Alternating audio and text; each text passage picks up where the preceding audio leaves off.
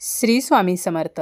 सुखकर्ता, विघ्नहर्ता, मंगलदाता, बुद्धिदाता असे गणपती बाप्पा. गणपती बाप्पांच्या 3 अवतारांचे जन्मदिवस हे वेगवेगळे आहेत. पहिला म्हणजे वैशाख पौर्णिमेच्या पुष्टीपती विनायक जयंतीचा दिवस, दुसरा भाद्रपद शुक्ल चतुर्थीचा पार्थिव गणेश जन्मदिवस आणि तिसरा माघ शुक्ल चतुर्थीचा गणेश जयंतीचा दिवस. तर अशी ही माघ शुक्ल चतुर्थी म्हणजेच गणेश जयंती जी आहे तर ती शनिवारी 1 फेब्रुवारीला आहे आणि या दिवशी आपल्याला जरी काही करणे शक्य झाले नाही तरीसुद्धा आपल्याला एका झाडाचं पान जे आहे तर ते घरी घेऊन यायचं आहे, ज्यामुळे आपल्या कितीही कठीण इच्छा असतील तर त्या पूर्ण होतील. गणपती बाप्पांचा जन्मदिवस म्हणजे ही माघी गणेश जयंती. आता माघी गणेश जयंती जी आहे तर या दिवसालाच विनायक चतुर्थी म्हणून सुद्धा ओळखले जाते. गणपती बाप्पा जे आहेत तर ते विविध नावांनी ओळखले जातात, जसं की विनायक, गणेश, अथर्व, तर अशी वेगवेगळी नावे आहेत. गणपती हे माता पार्वती व भगवान शिवशंकरांचे पुत्र आहेत आणि गणपती बाप्पा आपल्या भक्तांना कधीही निराश करत नाहीत. जो कोणी भक्त थोड्या भक्तिभावाने त्यांची पूजा करतो तर बाप्पा हे लगेच प्रसन्न होतात. तर अशा या गणेश जयंतीच्या दिवशी आपल्याला एका पानाचा उपाय जो आहे तर तो करायचा आहे. एक पान जे आहे तर ते घरी आणायचं आहे. आता आपण या पानाचा उपाय कसा करायचा, हे पान कसं घरी आणायचं याची संपूर्ण माहिती पाहणार आहोत.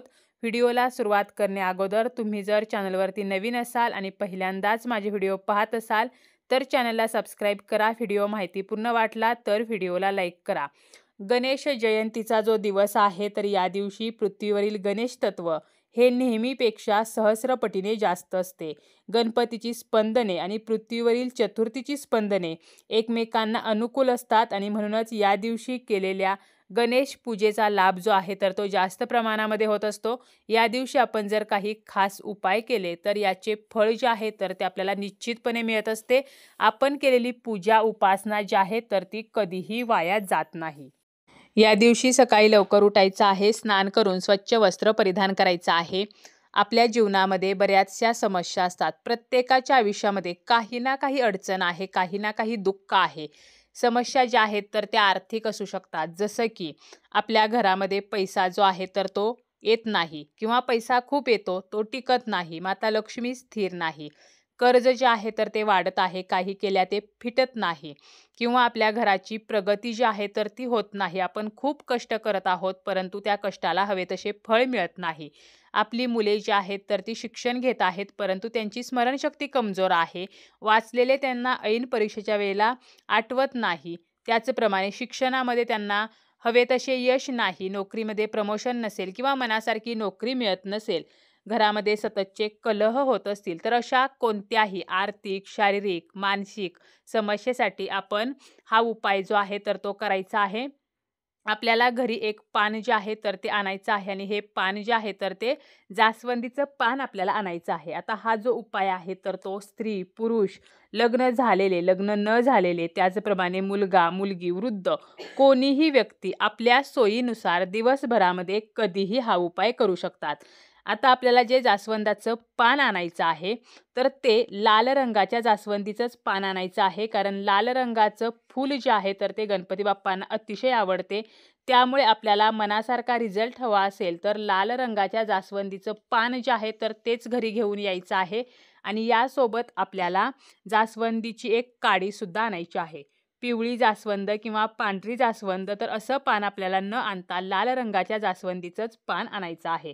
आता घरी आपल्या जी गणपती बाप्पांची मूर्ती आहे किंवा फोटो आहे तर त्याची आपल्याला विधिवत पूजा जी आहे तर ती करून घ्यायची आहे आणि यानंतर आपण सोयीनुसार आपल्याला जेव्हा वेळ असेल तर तेव्हा दिवसभरामध्ये कधीही हा उपाय जो आहे तर तो करू शकतो. आता या उपायासाठी जास्वंदीचे एक पान लागणार आहे, त्यासोबत 21 दुर्वा लागणार आहेत आणि एक लाल रंगाचं कापड लागणार आहे. जेव्हा आपण उपाय करणार आहोत त्या अगोदर आपल्याला एक तुपाचा दिवा लावून घ्यायचा आहे. गणपती बाप्पांसमोर हा दिवा ठेवायचा आहे. त्यानंतर आपल्याला एक लाल रंगाचं कापड हे गणपती बाप्पांसमोर अंतरायचं आहे. त्यासोबत आपल्याला 21 दुर्वा घ्यायच्या आहेत आणि जे पान आपण आणलेलं आहे तर ते घ्यायचं आहे, काडी घ्यायची आहे. सर्वप्रथम हे पान एका तामणामध्ये ठेवून आपल्याला ते स्वच्छ पाण्याने धुवून घ्यायचं आहे. गंगाजल असेल तर पाण्यामध्ये थोडंसं गंगाजल टाकून ते पान आपल्याला स्वच्छ धुवून घ्यायचं आहे. त्यानंतर ते स्वच्छ कपड्याने कोरडे करून घ्यायचं आहे.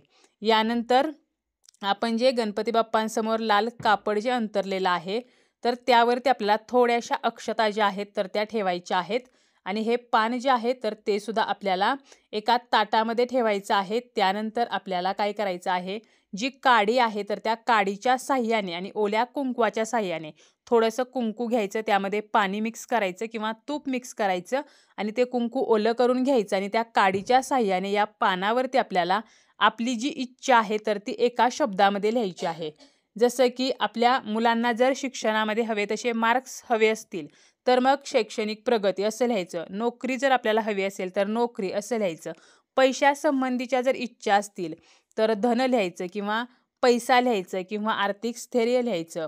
घरामध्ये जर आपल्याला सतत कोणी ना कोणी आजारी पडत असेल आणि त्यांना चांगलं आरोग्य मिळावं असं वाटत असेल तर आपल्याला आरोग्य असं लिहायचं आहे.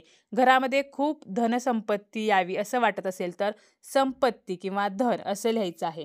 तर आपली जी काही इच्छा आहे तर ती इच्छा आपल्याला 1 ते 2 शब्दामध्ये त्या पानावरती आपल्याला लिहायची आहे. आणि यानंतर आपल्याला काय करायचं आहे, हे पान जे आहे तर ते आपल्या ओंजळीमध्ये घ्यायचं आहे. यानंतर आपल्याला 11 वेळेला गणपती अथर्वशीर्ष जे आहे तर ते म्हणायचं आहे. 1 वेळेला संकटनाशन स्तोत्र म्हणायचं आहे. आता 11 वेळेला जर आपल्याला अथर्वशीर्ष म्हणणे शक्य नसेल तर किमान 1 वेळेला तरी गणपती अथर्वशीर्ष म्हणायचं आहे. आणि यानंतर आपली जी समस्या आहे, ज्या समस्येसाठी आपण हा उपाय करत आहोत तर ही समस्या आपल्याला गणपती बाप्पांना सांगायची आहे आणि प्रार्थना करायची आहे की माझी अमुक अशी समस्या आहे तर ती तुमच्या कृपेने नष्ट होऊ द्या. आणि हे पान जे आहे तर ते आपल्याला आपण जे लाल कापड अंतरलेलं आहे आणि त्यावरती तांदूळ ठेवलेले आहेत तर त्यावरती आपल्याला हे पान जे आहे तर ते ठेवायचं आहे.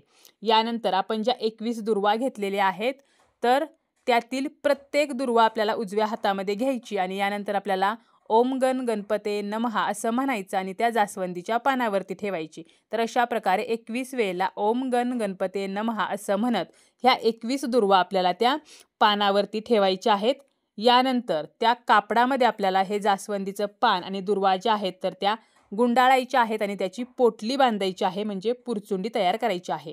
आणि यानंतर आपल्याला ही पोटली घेऊन जवळपास असलेल्या गणेश मंदिरामध्ये जायचं आहे. तेथे गेल्यानंतर आपल्याला तेथे सुद्धा गणपती बाप्पांना आपल्याला हळदी कुंकू व्हायचं आहे. त्यानंतर जास्वंदीचं फूल दुर्वा अर्पण करायचे आहेत, गुळ खोबऱ्याचा नैवेद्य अर्पण करायचा आहे. आणि यानंतर ही पोटली गणपती बाप्पांच्या चरणाजवळ ठेवायची आहे. पुन्हा एकदा आपली मनोकामना इच्छा जी आहे तर ती बोलायची आहे आणि ती पूर्ण व्हावी म्हणून प्रार्थना करायची आहे. आणि पुन्हा घरी येताना ही पोटली आपल्याला घरी घेऊन यायचं आहे. घरी आल्यानंतर आपल्याला ही पोटली तिजोरीमध्ये ठेवायची आहे. जर आपण आर्थिक समस्येसाठी उपाय करत असू तर तिजोरीमध्ये ठेवायची. मुलांसाठी उपाय करत असू तर मुलांच्या टेबलमध्ये ठेवायची आहे. 1 महिनाभर आपल्याला ती पोटली त्याच ठिकाणी राहू द्यायची आहे आणि महिन्याने पुन्हा पुढची जी विनायक चतुर्थी येईल तर त्यावेळेला आपल्याला ही पोटली जी आहे तर ती वाहत्या पाण्यामध्ये विसर्जित करायची आहे. अतिशय साधा सोपा उपाय आहे जो आपण गणेश जयंतीच्या दिवशी नक्की करू शकतो, ज्यामुळे आपली कोणतीही आणि कितीही कठीण इच्छा असेल तर ती पूर्ण होईल.